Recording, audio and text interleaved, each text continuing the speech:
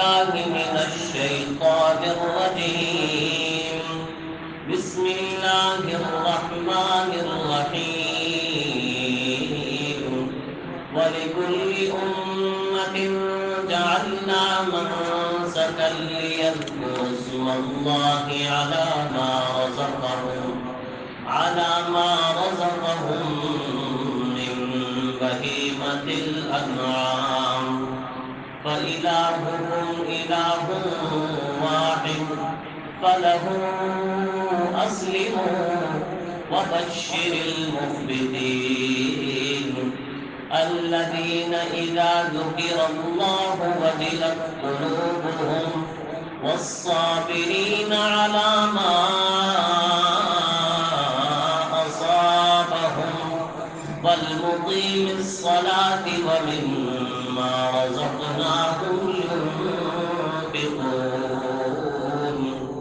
صدق الله العظيم وبلغنا رسوله النبي الأمي الكريم ونحن على ذلك لمن الشاهدين والشاكرين والحمد لله رب العالمين. محبت عقیدت ثواب کے لیے ساتھ درود پڑھو. اللهم صل على محمد وعلى آل محمد كما صليت على إبراهيم وعلى آل إبراهيم إنك حميد مجيد. اللهم بارك على محمد وعلى آل محمد كما باركت على إبراهيم وعلى آل إبراهيم إنك حميد مجيد.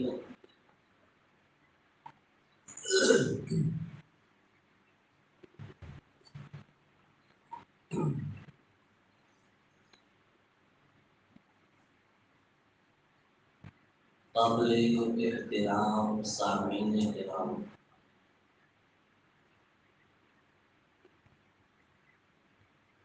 یوں تو 12 کے 12 مہینے میرے رب نے بنائے ہیں.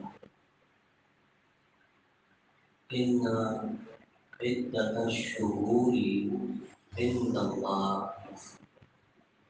12 نمبر 10 میں اللہ رب العزت ارشاد فرماتے ہیں کہ بے شک اللہ کے نزدیک جو مہینوں کی گنتی ہے 12 شہرا، وہ 12 ہے. فی کتاب اللہ، اللہ کی تقدیر میں لوح محفوظ میں اس دن بھی اللہ نے لکھ دیا تھا یوم خلق السماوات والارض، جس دن اللہ نے آسمانوں کو بنایا اور زمین کو بنایا. ان 12 میں سے کچھ مہینوں کو اللہ نے زیادہ فضیلت عطا کی. ان میں سے ایک تو رمضان المبارک کا مہینہ ہے، اور 4 مہینے وہ ہیں جنہیں یہاں بھی قرآن کہتے ہیں 12 مہینے حرمت والے، منہا اربعۃ حرم. ان حرمت والے 4 مہینوں میں سے ایک مہینہ ذی الحجہ کا مہینہ ہے. اس مہینے میں پہلے 10 دن انتہائی اہمیت کے حامل ہیں. یوں تو پورا مہینہ فضیلت والا، لیکن پہلے 10 دن بہت ہی اہمیت کے حامل ہیں. اور ان 10 دنوں کے اندر، ان ابتدائی 10 ایام کے اندر مسلمان فریضہ حج بھی ادا کرتے ہیں، اور صاحب استطاعت مسلمان اللہ کے راستے میں جانور ذبح کرتے ہیں اور قربانی کیا کرتے ہیں. نبی اکرم صلی اللہ علیہ وسلم کے فرامین سے ان 10 دنوں کی بڑی فضیلت اور اہمیت معلوم ہوتی ہے۔ نبی اکرم صلی اللہ علیہ وسلم نے ارشاد فرمایا کہ ان 10 دنوں میں انسان جو اعمال کرتا ہے وہ اللہ کے نزدیک سارے اعمال سے افضل ہے۔ ابو داؤد شریف کی روایت، ان 10 دنوں میں جو کوئی عمل کرتا ہے، نیکی کا کوئی کام کرتا ہے، تو وہ باقی سارے کاموں سے، باقی سارے اعمال سے افضل ہے۔ صحابہ کرام رضوان اللہ تعالی علیہم اجمعین نے پوچھا، یا رسول اللہ، کیا ان دنوں میں نیک اعمال کرنا جہاد فی سبیل اللہ سے بھی بڑھ کے ہے؟ جہاد فی سبیل اللہ کی بڑی فضیلت، بڑی فضیلت۔ نبی اکرم صلی اللہ علیہ وسلم نے فرمایا جہاد کی فضیلت بھی برحق ہے، اپنی جگہ پہ وہ بھی درست ہے، لیکن ان پہلے 10 دنوں میں نیکیاں کرنا جہاد فی سبیل اللہ سے بھی بڑھ ہے۔ ہاں، ایک صورت کا آپ نے استثناء کیا کہ وہ خوش نصیب شخص جو اللہ کے راستے میں اپنا سب کچھ لٹا دے، سارا مال لے کے جائے، اس کا مال بھی اللہ کے راستے میں خرچ ہو جائے اور اس کی جان بھی راہ خدا میں قربان ہو جائے، تو اس کا عمل تو زیادہ فضیلت والا ہے، ورنہ باقی سارے کاموں سے بڑھ کے فضیلت والا عمل ان 10 دنوں میں اللہ کو راضی ہے۔ ہم چونکہ صرف رمضان کے فضائل سنتے ہیں، رمضان کے بارے میں ہم مسلمانوں کا ذہن بنا ہوا ہے کہ اس میں نیکیاں کرنی ہے، اللہ کا قرب حاصل کرنا ہے، گناہوں کے قریب نہیں جانا۔ وہاں بھی یہ کام کرنے ہیں، وہاں بھی نیکیوں کی طرف متوجہ ہونا ہے، وہاں بھی اللہ کو راضی کرنے والے کام کرنے ہیں، لیکن ان 10 دنوں کی اہمیت کو بھی نہیں بھولنا، ان 10 دنوں کی اہمیت کو بھی نہیں بھولنا۔ اور جو شخص جسے اللہ توفیق دے وہ ذی الحجہ کے ان پہلے ایام میں روزہ رکھے۔ پہلے 8 روزوں کی فضیلت یہ ہے، ترمذی شریف کی روایت ہے، نبی اکرم صلی اللہ علیہ وسلم نے ارشاد فرمایا کہ ذی الحجہ کا ایک روزہ 1 سال کے روزوں کے برابر ہو، ایک روزہ 1 سال کے روزوں کے برابر ہوتے ہیں۔ اور جو 9 ذی الحجہ ہے جسے یوم عرفہ کہتے ہیں، جس دن حاجی میدان عرفات میں وقوف کرتے ہیں، حج کا رکن اعظم ادا کرتے ہیں، اس دن کے بارے میں تو نبی اکرم صلی اللہ علیہ وسلم نے ارشاد فرمایا کہ مجھے اللہ کی ذات سے امید ہے، مجھے اللہ کی ذات سے امید ہے کہ جو بندہ 9 ذی الحجہ کا روزہ رکھے، مجھے امید ہے اللہ اس کے 1 سال پچھلے اور 1 سال اگلے سارے گناہوں کو معاف کرے۔ اس سے بڑھ کے اور کیا فضیلت ہو سکتی ہے؟ اس سے بڑھ کے اور کیا اہمیت ہو سکتی ہے؟ 2 بٹن لگے ہوئے ہیں، کتلی سے بھی کرا لو بند کر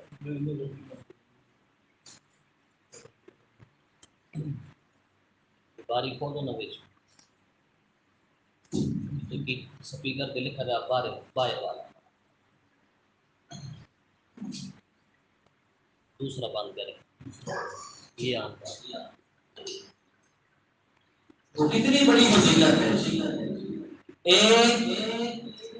ایک دن کا روزہ 1 سال کے پچھلے گناہ 1 سال کے اگلے گناہ۔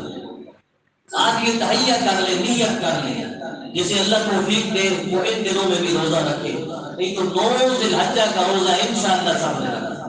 گرمی ہوئی، سردی ہوئی، جس طرح کا موسم ہوا، جو مصروفیت ہوئی، ہم انشاءاللہ تعالی اللہ کو راضی کرنے کے لیے 9 ذی الحجہ کا روزہ رکھیں۔ اور پھر آتا ہے کہ 10 ذی الحجہ کا دن، جو ان سارے دنوں کا سردار ہے، جس دن اللہ کی رحمت جوش میں ہوتی ہے، جس میں ایمان والوں کو ان کے ایمان، ان کے نیک اعمال اور بالخصوص ان کی قربانی کا اجر دیا جاتا ہے۔ وہ 10 ذی الحجہ کا دن جسے آپ عید قربان کہتے ہیں، اللہ کے لاڈلے پیغمبر، اللہ کے جلیل القدر پیغمبر خدا کے خلیل پیغمبر سیدنا ابراہیم علیہ السلام کی یاد میں ہم جانوروں کو اللہ کے راستے میں قربان کر کے اس کی رضا حاصل کرنے کی کوشش کرتے ہیں۔ اور یہ قربانی کوئی آج سے مشروع نہیں ہے، صرف امت محمدیہ سے شروع نہیں ہوئی، بلکہ جانور اللہ کے نام پہ قربان کرنے کا عمل حضرت ابراہیم سے بھی پہلے کا ہے، حضرت ابراہیم سے بھی پہلے کا ہے۔ حضرت آدم علیہ السلام کے 2 بیٹے تھے، ایک کا نام قابیل تھا، ایک کا نام حابیل تھا۔ پارہ نمبر 6 میں قرآن مجید ان کی تفصیل بیان کرتا ہے، میں انتہائی اختصار سے استدلال کرنا چاہوں گا۔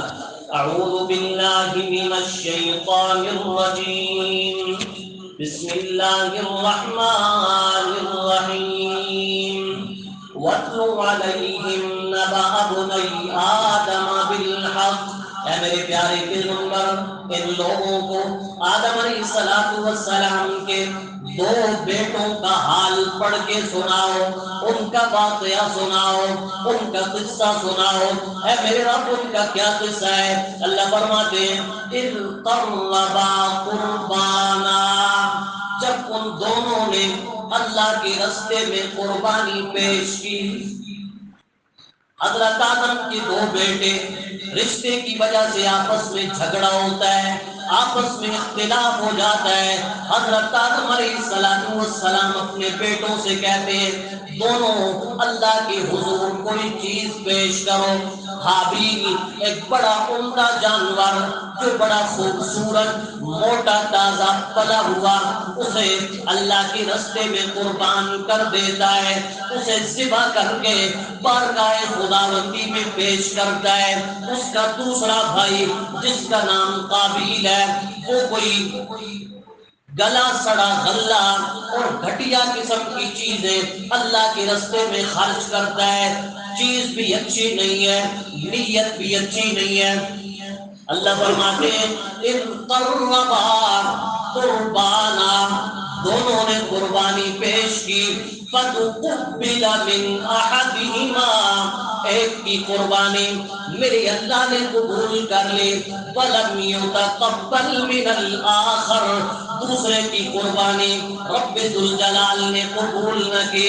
وہ تو بڑا مہربان ہے، 70 ناؤں سے زیادہ پیار کرنے والا ہے، وہ تو سب کی قربانیاں قبول کر لے، لیکن شرائط تو پوری ہونی چاہیے۔ قربانی دینے والا اگر مخلص ہے، اس کی نیت درست ہے، اس کا عقیدہ درست ہے، اور جو چیز وہ اللہ کے راستے میں پیش کر رہا ہے وہ بھی درست ہے، تو پھر اللہ رب العزت اس کی قربانی کو قبول کرتے ہیں۔ تو حابیل نے جو قربانی دی اس میں قبولیت کی ساری شرطیں پائی جاتی تھیں۔ تو میرے دوستوں، اچھی طرح ذہن نشین کر لو، اپنے دماغ کی تختیوں پہ لکھ لو، قربانی قبول ہونے کے لیے، اللہ کی بارگاہ میں مقبول ہونے کے لیے 3 شرطیں۔ سب سے پہلی شرط، قربانی کرنے والا عقیدہ درست رکھتا ہو، اللہ کی وحدانیت کو بھی مانتا ہو، کالی کملی والے کی رسالت کو بھی دل و جان سے تسلیم کرتا ہو۔ توحید رسالت کے بغیر کسی کام کی نہیں، اور رسالت توحید کے بغیر کسی کام کی نہیں۔ لا الہ الا اللہ بھی مانتا ہو، محمد الرسول اللہ بھی مانتا ہو، اللہ کو بھی ذات اور صفات سمیت مانتا ہو، میرے محمد صلی اللہ علیہ وسلم کو بھی ذات اور صفات سمیت، بالخصوص آپ کو اللہ کا آخری نبی سمجھتا ہو، جو کلمہ پڑھے، محمد الرسول اللہ کا اقرار کرے، میرے نبی کو رسول مانے، سچا نبی مانے، لیکن کہے آپ آخری نبی نہیں، آپ کے بعد اور بھی نبی آ سکتا ہے، کعبہ کے رب کی قسم وہ مومن نہیں ہے۔ اس کا عقیدہ درست نہیں ہے، تو سب سے پہلی شرط قربانی کے قبول ہونے کے لیے کہ قربانی کرنے والے کا عقیدہ درست ہونا چاہیے۔ دوسری شرط علماء کرام نے قرآن و سنت کی روشنی میں جو بیان کی ہے وہ ہے قربانی کرنے والے کی نیت درست ہونی چاہیے۔ کیا درست ہونی چاہیے؟ نیت۔ بخاری شریف کی پہلی روایت، حدیث کی سب سے معتبر کتاب اصح الکتب بعد کتاب اللہ، پہلی روایت انما الاعمال بالنیات،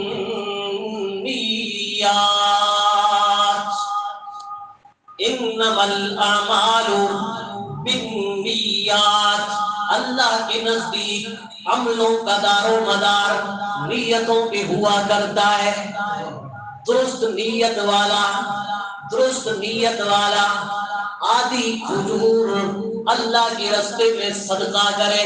کالی کملی والے امام الانبیاء صلی اللہ علیہ وسلم نے ارشاد فرمایا، اللہ اخلاص سے دی جانے والی آدھی کھجور کے اجر کو بس اوقات اتنا بڑھا دیتے ہیں وہ ہر پہاڑ کے برابر اس کا اجر و ثواب کر دیتے ہیں۔ کیوں؟ نیت اس کی خالص ہے، اخلاص سے اللہ کے راستے میں قربانی پیش کر رہا ہے۔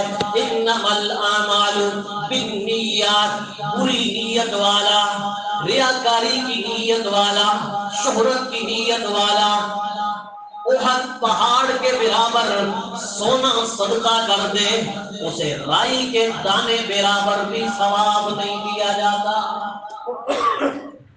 پنکھا چلا لو، احد پہاڑ کے برابر بھی سونا خرچ کر دے تو اسے ایک رائی کے دانے برابر بھی ثواب نہیں ملتا۔ نیتا نہ کچھ تو کچھ تھی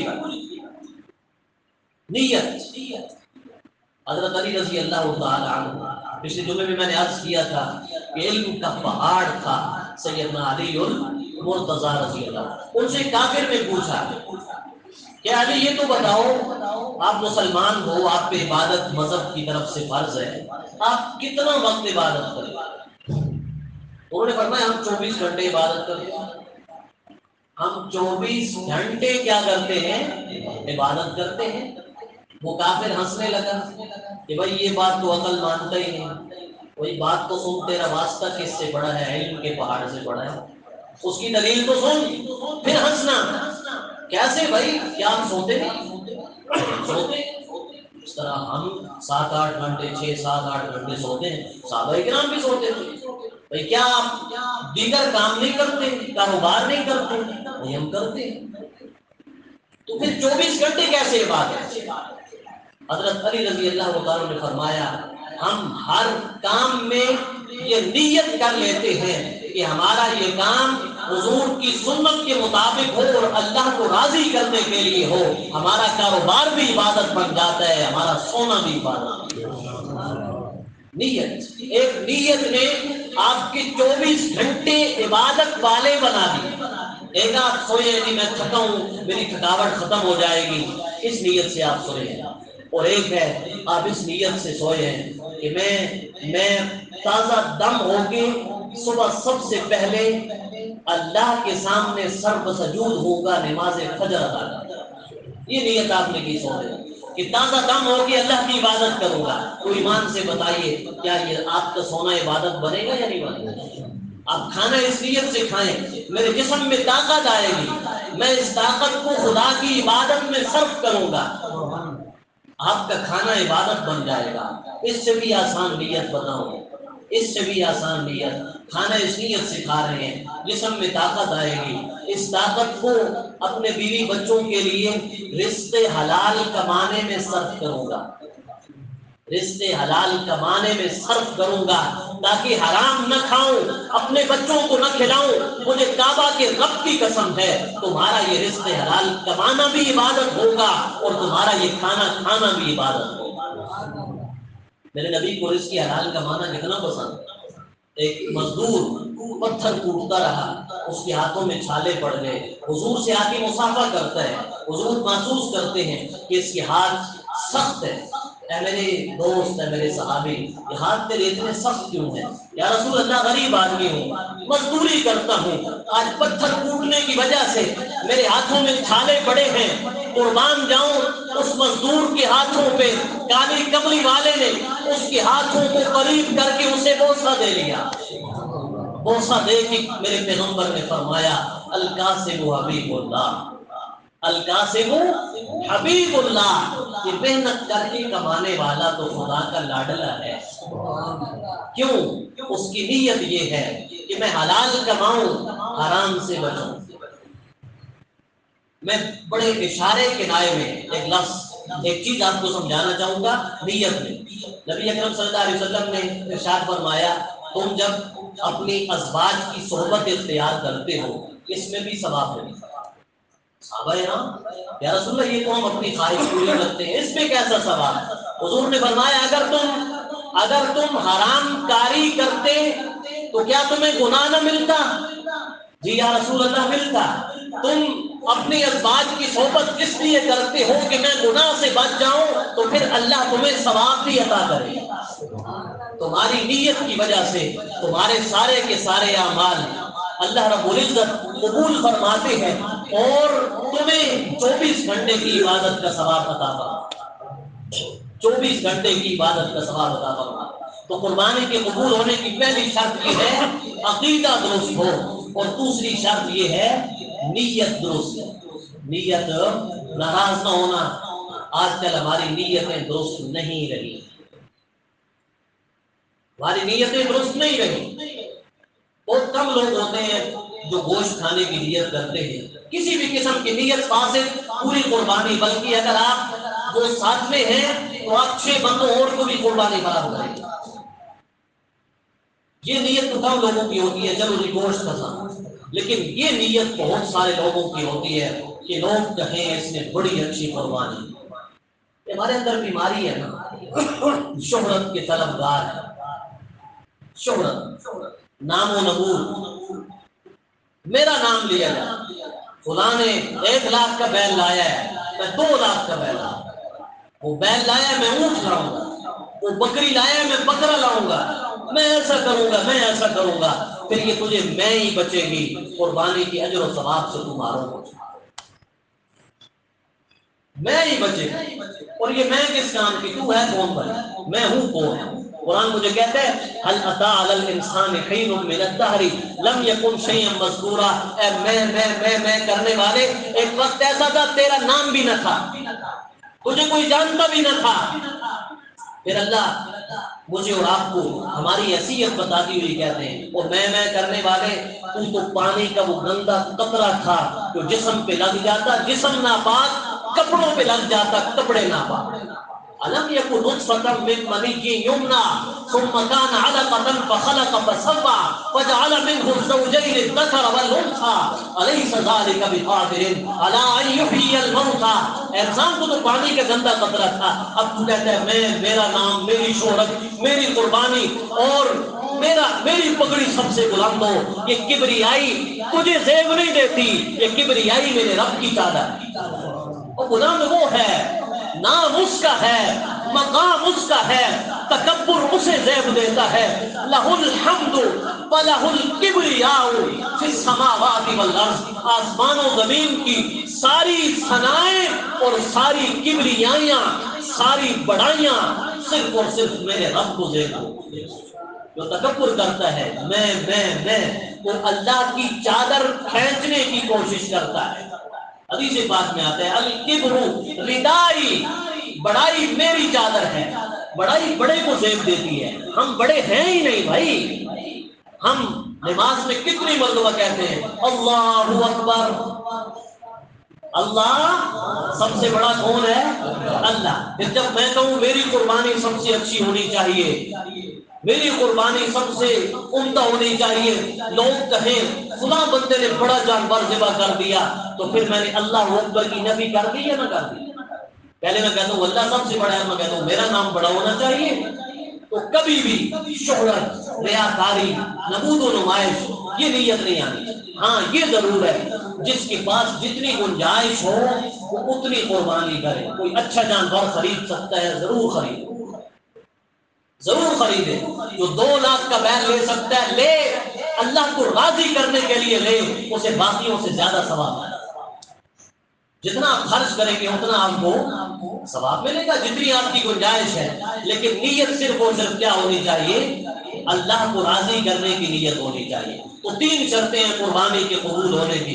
سب سے پہلی شرط عقیدہ ٹھیک ہو، دوسری شرط نیت ٹھیک ہو، تیسری شرط جانور ٹھیک ہو، بے عیب ہو۔ علماء سے آپ تفصیل سنتے رہتے ہیں، کسی قسم کا عیب اس جانور کے اندر نہ ہو جو قربانی سے مانے بن جائے۔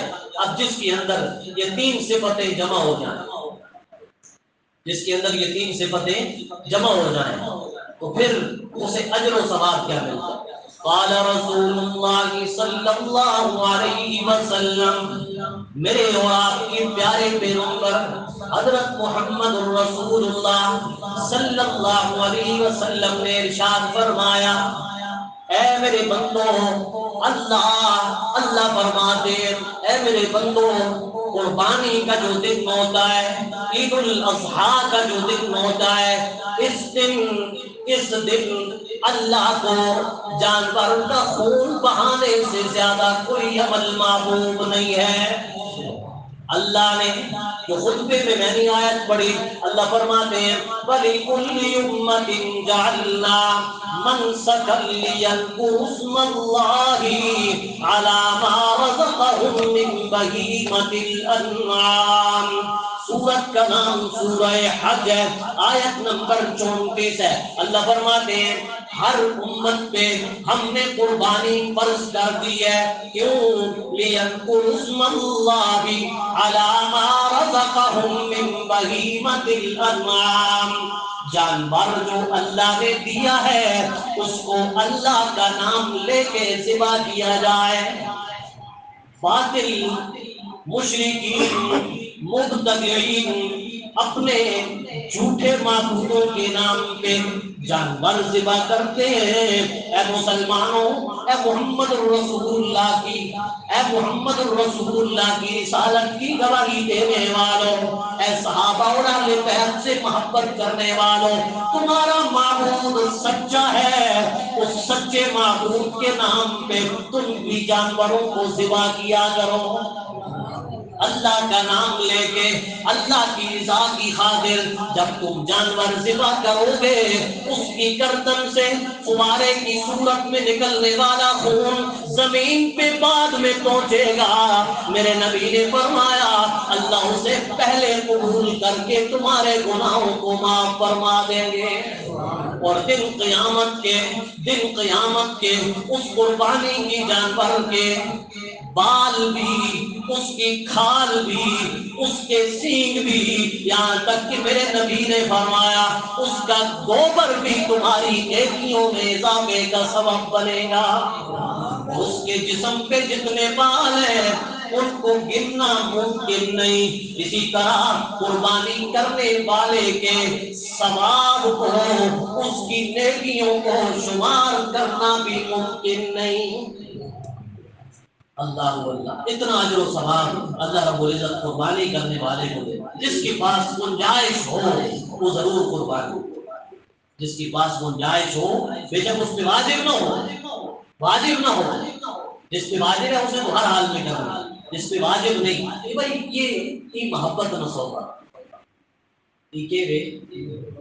محبت مول کر کے نہیں، محبت مول کر کے نہیں کرتے۔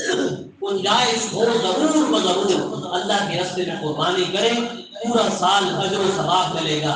دن قیامت کے اللہ رب العزت آپ کو اتنا اجر اور اتنا ثواب عطا فرمائیں گے، آپ کہیں گے کاش میری زندگی کا کوئی سال بھی قربانی سے ضائع نہ ہوگا۔ اب یہ قربانی کہاں سے آئی، اس کی مشروعیت کیسے ہوئی، سب سے پہلے قربانی کس نے کی، بڑی تفصیل سے تذکرہ انشاءاللہ تعالی اگلے جمعہ سے شروع کروں گا۔ سیدنا ابراہیم خلیل اللہ کا